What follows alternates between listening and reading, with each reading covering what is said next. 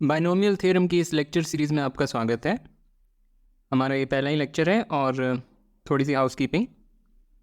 तो pre requisites कुछ भी नहीं, केवल बेसिक अलजेब्रा यानी कि मल्टीप्लिकेशन ऑफ सिंबल्स। सो अगर a plus B times c plus D ऐसा कुछ लिखा है तो हम ये अगर एक्सपैंड कर सकते हैं। For example A C plus A D plus B C plus B D, इस टाइप की चीज़ों से अगर कंफर्टेबल हैं तो उससे ज़्यादा कुछ नहीं चाहिए। थोड़ा कैलकुलस बीच बीच में हेल्प कर सकता है पर वो कोई ज़रूरी नहीं है। कुछ क्वेश्चंस में कैलकुलस काम आ जाता है, ठीक है। और स्कोप क्या है? These lectures are suitable for preparing for JEE advanced exam. और इस लेक्चर सीरीज़ में हम सारे वो PYQ सॉल्व करेंगे जेई एडवांस्ड के, जो कि 2007 के बियॉन्ड आए हैं। और भी शायद और भी प्रीवियस ईयर्स के कर सकते हैं, पर ये तो हम ज़रूर करेंगे, ठीक है। तो शुरू करते हैं। तो इस लेक्चर में हम बाइनोमियल कोएफिशिएंट्स डिफ़ाइन करेंगे और थोड़े से एग्जांपल्स लेंगे। बहुत ही बेसिक लेक्चर होने वाला है, तो कुछ बेसिक प्रॉब्लम से मोटिवेट करते हैं। तो हमारे पास कोई पॉलीगॉन दिया हुआ है, यहाँ पे 1 2 3 4 5 6 7 साइडेड पॉलीगॉन है। तो प्रश्न पूछा जा सकता है कि इसमें कितने डायगनल्स हैं। तो सबसे पहले डायगनल होता क्या है? पॉलीगॉन को मैं कॉन्वेक्स मान रहा हूँ, वो ज़रूरी नहीं है पर एक बार मैं कॉन्वेक्स मान रहा हूँ। कॉन्वेक्स यानी कि अगर कोई भी साइड ली जाए, उसके करस्पॉन्डिंग लाइन बनाई जाए, तो बाकी का बचा हुआ पॉलीगॉन उसके एक तरफ होता है। ऐसा नहीं होगा कि कुछ पॉइंट्स लाइन के एक साइड हैं और कुछ पॉइंट्स लाइन की दूसरी साइड हैं। फॉर एग्ज़ाम्पल ये जो पॉलीगॉन है ये कॉन्वेक्स नहीं है, क्योंकि अगर ये वाली साइड के करस्पॉन्डिंग मैं जो लाइन ड्रॉ कर रहा हूँ, कुछ पॉइंट्स एक साइड आ गए और कुछ पॉइंट्स दूसरी साइड। तो जस्ट सोचने में आसानी होती है कि हमारे पास एक कॉन्वेक्स पॉलीगॉन है। डायगनल्स का क्या मतलब है? डायगनल्स वो हैं, वो लाइन सेगमेंट्स हैं जो कि कोई दो वर्टिसीज को ज्वाइन करके बनते हैं, पर जो साइड्स नहीं हैं। फॉर एग्ज़ाम्पल ये डायगनल नहीं है, ये साइड ऑफ द पॉलीगॉन है। ये एक डायगनल है, ये एक डायगनल है, ये एक डायगनल है, ये एक डायगनल है, ये एक डायगनल है। ये सब की सब डायगनल्स नहीं हैं। तो कितनी डायगनल्स हैं इस पॉलीगॉन में, या किसी भी n साइडेड कॉन्वेक्स पॉलीगॉन में कितनी डायगनल्स हैं? ठीक है, तो ये एक प्रश्न है, इसका उत्तर हम देंगे। और एक और थोड़ा सा खेल संबंधित प्रश्न की, अगर 17 क्रिकेटर्स हैं और हमें 11 प्लेयर्स की टीम बनानी है, इन 17 में से हमें 11 को चुनना है, तो कितनी पॉसिबल टीम्स हैं? सारी टीमें जो जितनी भी पॉसिबल हैं वो कितनी हैं, उनका नंबर एग्जैक्ट क्या है? तो इन प्रश्नों को जब हम हल करने की कोशिश करेंगे तो अपने आप बाइनोमियल कोएफिशिएंट्स का जो कॉन्सेप्ट है वो सामने आता है, ठीक है। तो अब देखते हैं डेफिनेशन क्या है और कुछ एग्जांपल्स लेते हैं। तो मेरे पास दो नंबर्स हैं n और r। r is a whole number, n is a natural number. तो मैं लिख देता हूँ r is a whole number. Whole number यानी ज़ीरो भी हो सकता है, 0 1 2 3 so on। n is a natural number यानी कि ज़ीरो नहीं हो सकता, 1 2 3 4 कुछ भी हो सकता है, ठीक है। तो वी डिफाइन दिस सिंबल और इसको प्रोनाउंस करते हैं n choose r। n choose r ऐसे प्रोनाउंस करते हैं, या फिर ऐसे भी प्रोनाउंस कर सकते हैं NCR, ऐसे भी बोलते हैं। मेरी आदत n चूज r की पड़ी हुई है, तो n choose r। So we define n choose r as the number.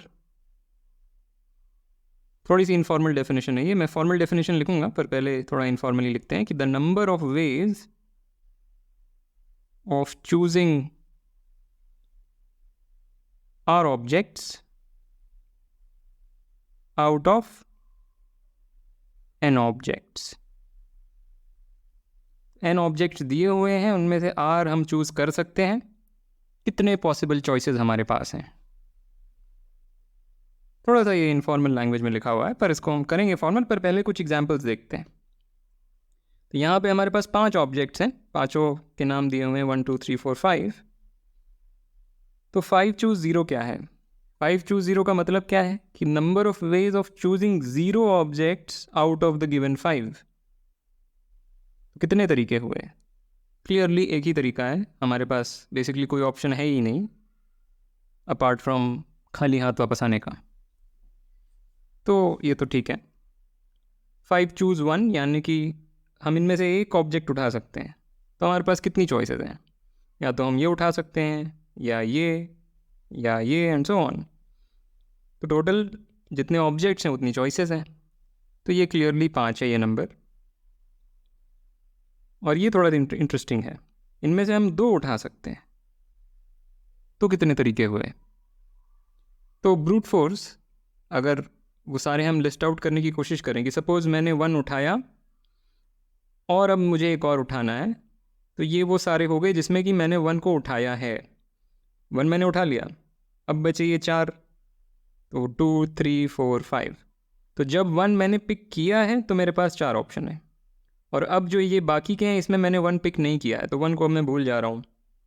ठीक है, अब ये जो रो है इसमें मैं वो सारे लिखूँगा जिसमें मैंने 2 पिक किया है। 1 को तो मैं भूल चुका हूँ, 1 इज़ गॉन। 2 पिक किया है, तो अब क्या हुआ, उसके बाद मैं एक और कोई सा उठा सकता हूँ। तो 2 3 4 और 5, 3 4 और 5। ठीक है, और अब 1 और 2 को मैं भूल गया, राइट। सो फिर से अब या तो मैं 1 उठाऊंगा या 1 नहीं उठाऊंगा। जब 1 उठाऊंगा तो 4 तरीके हैं, तो अब मैं 1 नहीं उठाऊंगा तो 1 को मैं भूल गया। ठीक है, अब बाकी का same, we are just repeating the previous thing. अब या तो मैं 2 उठाऊंगा या नहीं उठाऊंगा। 2 उठाया तो 3 तरीके हैं, क्योंकि उसके साथ में 3 या 4 या 5 ले सकता हूँ। या मैं 2 नहीं उठाऊंगा, 2 नहीं उठाऊंगा तो ये मैं भूल गया। तो अब मैं 1 और 2 दोनों को भूल चुका हूँ। तो अब या तो मैं 3 उठाऊंगा या नहीं उठाऊंगा। अगर 3 उठाया है तो 2 तरीके हैं, अगर नहीं उठाया है 3 तो अब इन तीनों को मैं भूल गया। तो अब 2 ही ऑब्जेक्ट्स बचे हैं, इन 2 ऑब्जेक्ट्स में से 2 को चुनना है, तो 2 ही तरीके हुए, सॉरी एक ही तरीका हुआ। तो दैट्स इट। तो 4 + 3 + 2 + 1 which is 10। So this is 10। तो ये तो ब्रूट फोर्स हमने काउंट कर दिया, कोई बात नहीं, हम फॉर्मूले की बात करेंगे कि what is the general formula, पर just to get a feel for कि भाई ये कॉन्सेप्ट है क्या। अब मैं फॉर्मल डेफिनेशन लिख देता हूँ एन चूज आर की। तो N choose R formally is what is cardinality of the following set, all subsets of the first 10 natural numbers which have size r। देखने में थोड़ा सा कॉम्प्लिकेटेड लग रहा है। वो सारे subsets of first and natural numbers का जो सेट है जिनका साइज r है। Think of this as available objects, these are n available objects. इनमें से हमें r ऑब्जेक्ट्स चूज करने हैं, तो यानी कि हमें एक सबसेट चूज करना है इसका जिसका साइज r है, और ऐसे जितने भी हैं उनको एक सेट में कलेक्ट किया, उस सेट का जो साइज है वो है n चूज r। बस इसी चीज़ को थोड़ा प्रिसाइज मैथमेटिकल भाषा में लिखा गया है, right. The number of ways of choosing r objects out of given n objects. ये n ऑब्जेक्ट्स के नाम हमने 1 to n रख दिए, पर कोई आवश्यकता नहीं थी। इसको मैं ऐसे भी बोल सकता हूँ कि let x be a set of size n, then n choose r is nothing but, by definition it is the number of subsets of x which have size r, right. Objects के नाम क्या है उससे क्या फ़र्क पड़ता है। यहाँ पे नाम थे 1 to n, यहाँ पे कुछ और नाम हो सकते हैं, पर टोटल n ऑब्जेक्ट्स हैं। तो ये प्रिसाइज मैथमेटिकल भाषा में अगर n चूज r को डिफाइन करें तो ये डेफिनेशन है, ठीक है। ऑल राइट, तो अब बाइनोमियल कोएफिशिएंट्स की भाषा में इन प्रश्नों का उत्तर दिया जा सकता है। अभी हमें फॉर्मूला नहीं पता कि बाइनोमियल कोएफिशिएंट्स को कैलकुलेट कैसे करते हैं, ये हमें नहीं पता, पर फिर भी अगर n साइडेड पॉलीगॉन है तो उसमें कितनी डायगोनल्स हैं।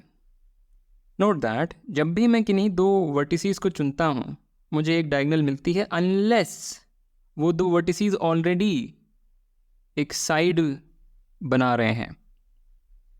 तो कितने तरीके हैं दो वर्टिसेस को चुनने के? n चूज 2 तरीके हैं।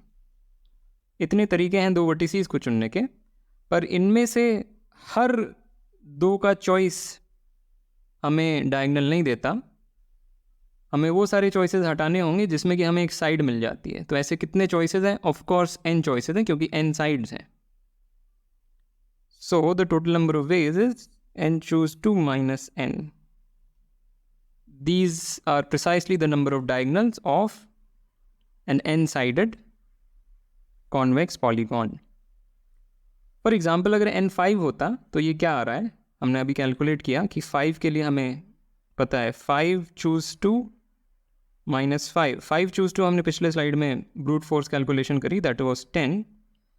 सो हमें मिल रहा है कि भाई 5 डायगोनल्स हैं। और करके देख लेते हैं, एक 5-साइडेड पॉलीगॉन बनाते हैं। कितनी डायगोनल्स हुई? ये एक डायगोनल, दूसरी डायगोनल, तीसरी डायगोनल, चौथी और पांचवी। 5 डायगोनल्स और इस फॉर्मूले से भी 5 आ रहा है। ठीक है। और पुराना प्रश्न वही कि 17 क्रिकेटर्स हैं, क्रिकेटीज लिखा हुआ है, क्रिकेटर्स 17 क्रिकेटर्स हैं। 11 प्लेयर्स की टीम बनानी है तो कितनी पॉसिबल टीम्स हैं? 17 में से 11 को चुन लें, एक टीम बन जाएगी। तो 17 choose 11। ठीक है। ऑलराइट, यहाँ पे एक बात मैं बोलना चाहता हूँ। मैं पिछले स्लाइड में इसी नोटेशन के बारे में एक बात बोलना चाहता हूँ कि इस चीज़ को ऐसे भी लिखते हैं, जो n choose r है इसको ऐसे भी लिखते हैं। एक नोटेशन है बस, ठीक है। काफ़ी पॉपुलर नोटेशन है, हम यूज़ करेंगे बीच बीच में। ऑलराइट, और एक और चीज़ यहाँ पे एम्फेसाइज करनी है कि ये जो सिलेक्शंस की हम बात कर रहे थे इसमें ऑर्डरिंग इंपॉर्टेंट नहीं है। जब हम बोलते हैं n choose r तो किस ऑर्डर में सेलेक्ट किया गया है वो इंपॉर्टेंट नहीं है। जैसे कि इस एग्जाम्पल में हमने देखा 1 और 2 किस ऑर्डर में आपने रखे हैं वो इंपॉर्टेंट नहीं है। अज्यूम दीज आर टॉफ़ीज़, इनमें से 2 टॉफ़ी उठानी है, अब किस ऑर्डर में उठाई गई उससे क्या फ़र्क पड़ता है। ठीक है, तो ये हो गया। और let me state the general formula कि n choose r का जनरल फॉर्मूला है क्या। वो ये है कि n choose r is n factorial divided by r factorial times n minus r factorial. Now what is this n factorial? So जब हम लिखते हैं n factorial, अगर n एक नेचुरल नंबर है तो n factorial is defined as 1 times 2 times 3 dot dot dot up until n. ठीक है। For example 1 factorial is clearly 1 तक जाएंगे, 1 से स्टार्ट करके 1 तक गए तो ऑफ कोर्स 1 आएगा। 2 factorial is 1 into 2 which is 2। 3 factorial 1 into 2 into 3 which is 6। 4 factorial is 1 into 2 into 3 into 4 which is 24 and so on। यहाँ से ये भी नोट कर सकते हैं कि अच्छा ठीक है, उस पर आता हूँ। पर अगर n 0 है तो 0 फैक्टोरियल बाय डेफिनेशन इज़ 1। अब इसमें कोई बहस का मुद्दा नहीं है ये कि क्यों, ये कोई फिलोसॉफिकल पॉइंट नहीं है। लोग इसमें बढ़ने लगते हैं कि नहीं ये कैसे हो गया, इसका क्या प्रूफ है कि 0 फैक्टोरियल इज़ 1। फिलोसॉफिकल डिस्कशन शुरू हो जाता है कि 0 ऑब्जेक्ट्स में से कुछ 0 ऑब्जेक्ट को एक रो में अरेंज करना है तो कितने तरीके हैं। ये सब कुछ नहीं, हमारी मर्जी है। हमने 0 फैक्टोरियल ऐसे डिफाइन किया है क्योंकि ऐसे डिफाइन करना यूज़फुल है और कोई बात नहीं है। ठीक है, तो note that if n is at least 1, n is a natural number and n is a natural number, then so if n is a natural number then n factorial is nothing but n minus 1 factorial times n। Trivial बात है पर फिर भी मैं state कर रहा हूँ। जहाँ पे ये convention will be useful. So 1 factorial is 0 factorial into 1, which is 1 into 1, which is 1. So that agrees, मतलब, right? तो नेगेटिव नंबर्स के फैक्टोरियल हम यहाँ पे डिफाइन नहीं कर रहे हैं, वो भी किए जा सकते हैं पर उसमें हम नहीं जाएंगे, राइट? तो ठीक है, तो बेसिक कुछ इंट्रोडक्शन हमें मिला बाइनोमियल कोएफिशिएंट्स का. धीरे धीरे हम थियरी डेवलप करेंगे. So all right, with that I want to end this lecture. As usual, like, comment, share, subscribe, and I will see you next time.